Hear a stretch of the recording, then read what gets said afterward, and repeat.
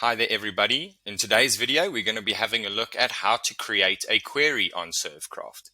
A query can be considered as a ticket logged by your customer.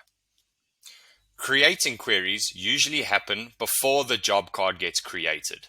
This is when we receive a query or question from our customer either for a quotation or a site assessment. So let's go ahead and create our first query. What we would do is we would select queries just underneath appointments. Then we select add query.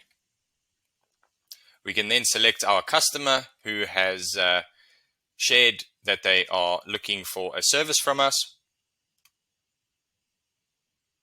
We can select the relevant contact and the correct location that the client is requesting for. Then we've got our query types, which can be created on this drop down as one.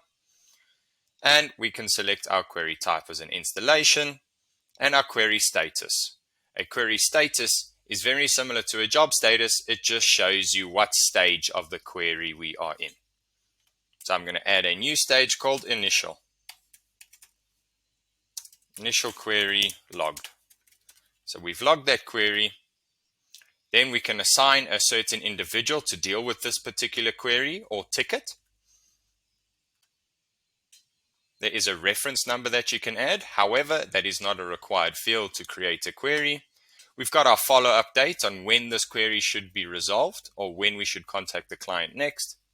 We've got our priority of the query, either high, medium, or low. And then we've got our inventory items. We can add items to that query to just notify that this is the item that we're going to go and assess. Finally, we can have our description of our query. Assess for quotation on 100-liter geyser installation. And then we can go ahead and create that query. And there we go. You've created your first query and you're on your way of winning your first job from ServeCraft. Catch you in the next video.